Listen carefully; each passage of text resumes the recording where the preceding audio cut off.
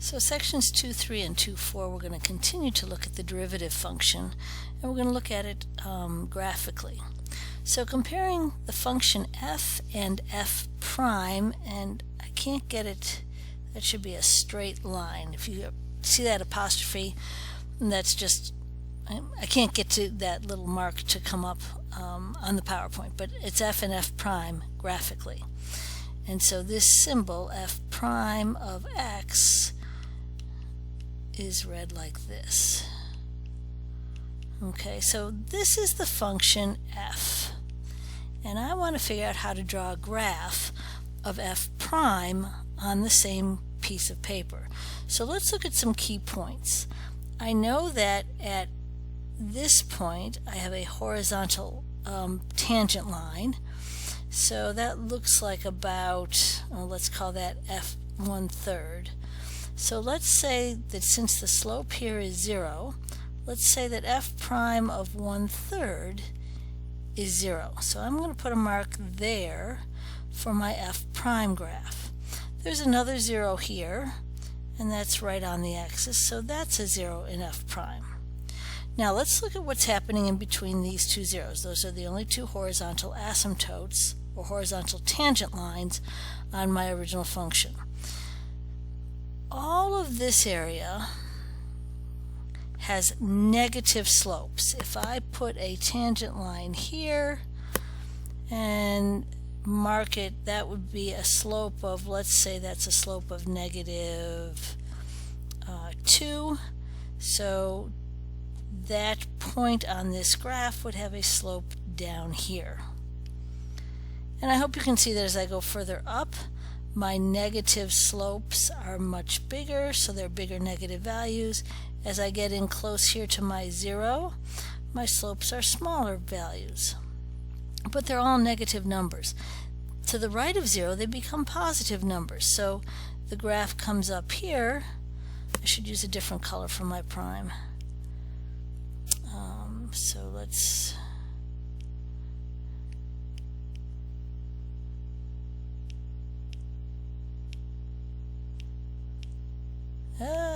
where'd my graph go? There it is. Okay, so let's do our f prime in green.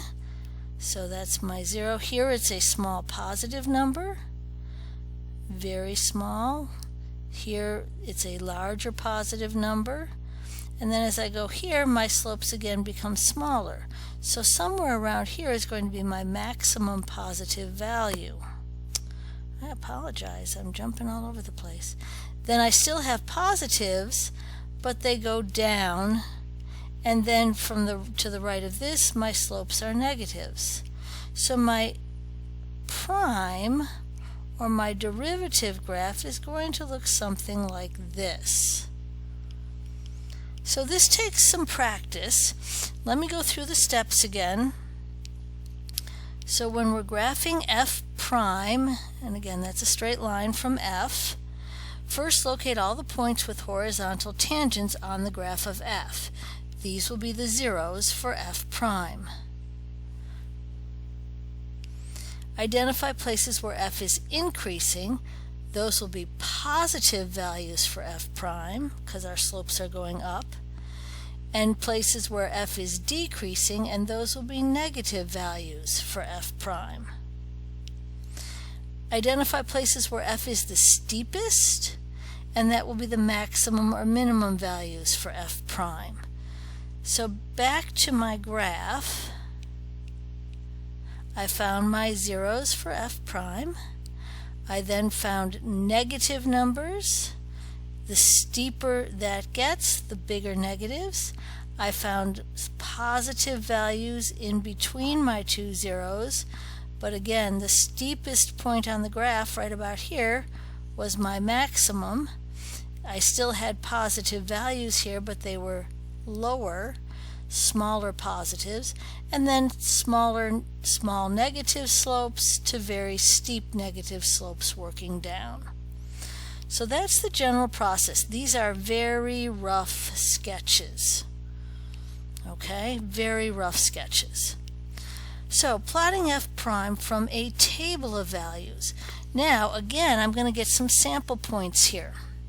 So let's look at our original graph. I'm going to go back to red for my original. -2, -8, way down here. These should have been negatives, I'm sorry. -1, -1, 0, 0, 1, 1, and 2, 8. You might recognize this as my x cubed graph. So this is x, and my y value, my f of x, is x cubed. All right, so again, I could look at this. It's increasing all the way, so my derivative are going to be positive values. But let's take a look at what this might look like if I take some averages. So we're going to take an average slope here. -8 minus -1 over -2 minus -1. That would be -7 over -1, or 7. So at somewhere between -1 and -2, my slope, or my f prime graph, between -1 and -2 is up here at 7. Between 0 and -1, so my y values are -1 minus 0 over -1 minus 0. So somewhere in here I have a 1. Somewhere between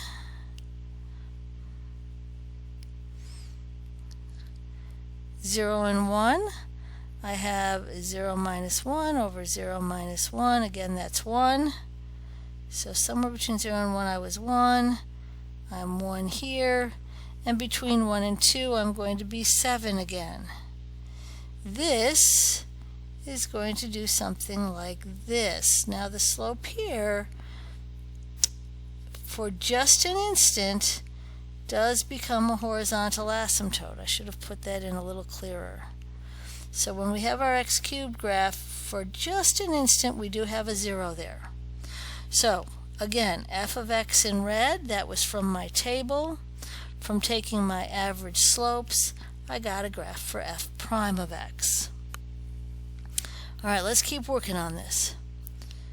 Finding an exact formula for the function for f prime. Now we are going to use our difference quotient. So remember, the idea here was if I have a graph with 2 points on it, x and x plus h, if I can make h really small and bring x close, I get a pretty good average rate of change. So by using a limit, I can do this. Alright, so let's look at our x cubed function again.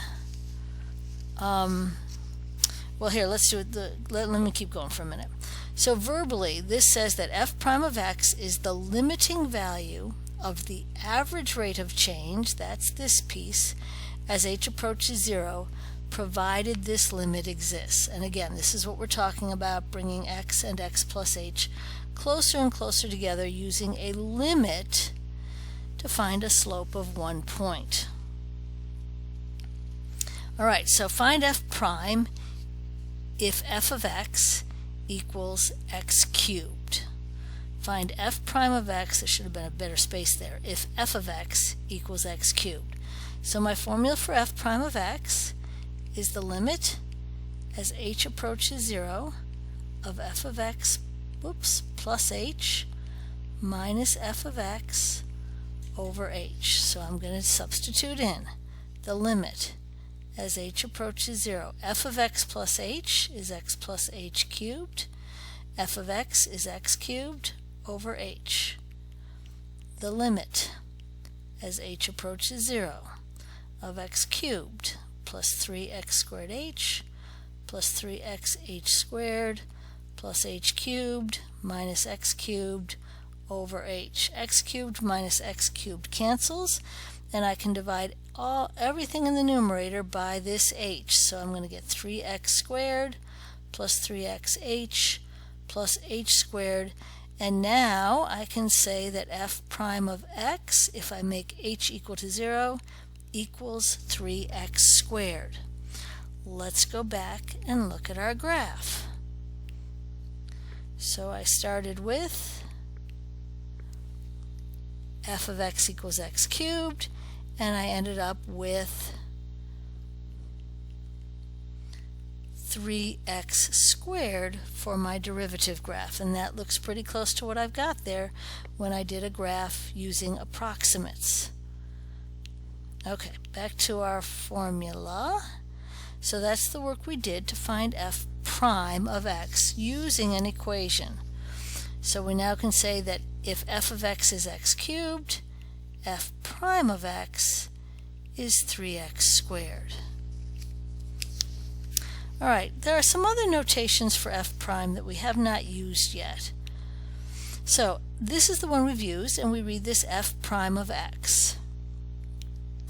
This one is just read dy dx. It means the change of y over the change of x. It refers to our slope, but when we write it this way, dy dx, we are referring to a derivative, not an approximation, not an average rate of change, but an instantaneous rate of change.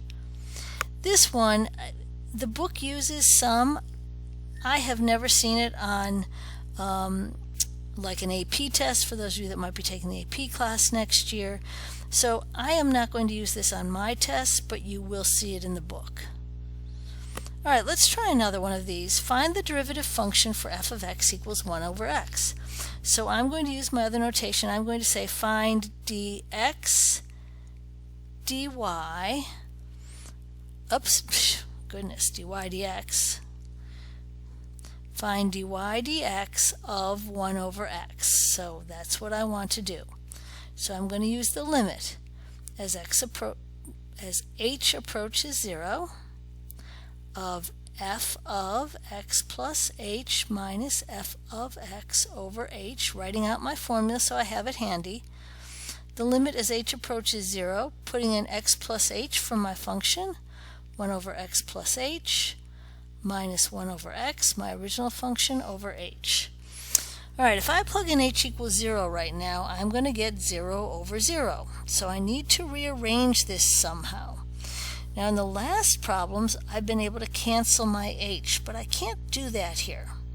So I'm going to do a little bit of algebra, and I'm going to start by finding a common denominator so I can put those fractions on top together. So I'm going to multiply this fraction by x plus h over x plus h, and I'm going to multiply this fraction by x over x. So let me write what we have. So now I have x over x times x plus h minus x plus h over x times x plus h all over h. Let's see what I can do now. So I'm going to put these two fractions together on top. Whoops. Okay, so I still have the limit. I have to write this all the way through until I can actually plug in this h equals 0. So x minus all of this. So that's going to be x minus h over x times x plus h divided by h. Those will cancel. So I'm going to take my top fraction and divide it by the reciprocal of my denominator.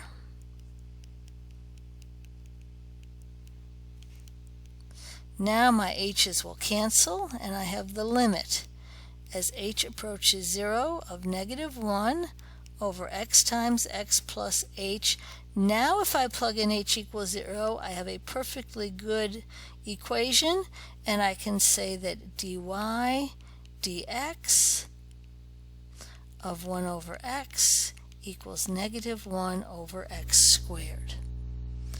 Alright, we will do some more practice on this together. Let's look at one more thing here. Well, two more things, sorry.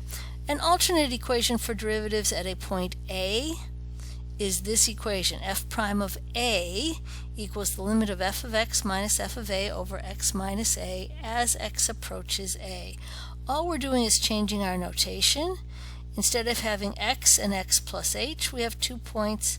I'm going to make this one a and this one x. So as x approaches a, I'm going to find the change of this point with this point. So f of x minus f of a over x minus a as x approaches a. And again, if I substitute a for x, making x approaching a, I would get an indeterminate form, but by using the limit I can calculate this. So let's do this, and we normally use this to find it at a particular point. So I'm going to say let's keep our function f of x equals x cubed, and I want to find f prime of 2. So I'm looking for the value at a particular point. So I want the limit as x approaches 2 of f of x minus f of 2 over x minus 2. This would be the limit as x approaches 2 of x cubed minus 8 over x minus 2. I'm going to factor my numerator, which is x minus 2, and then x squared plus x minus 2 over x minus 2. Remember, all this time, if I plugged in 2 for x, I would get 0 over 0. But now I can cancel these, and now I can put 2 in, and I will get 2 squared plus 2. Oops, I factored that wrong. Oh my goodness, what did I do? Hold on, back it up. This factoring is wrong.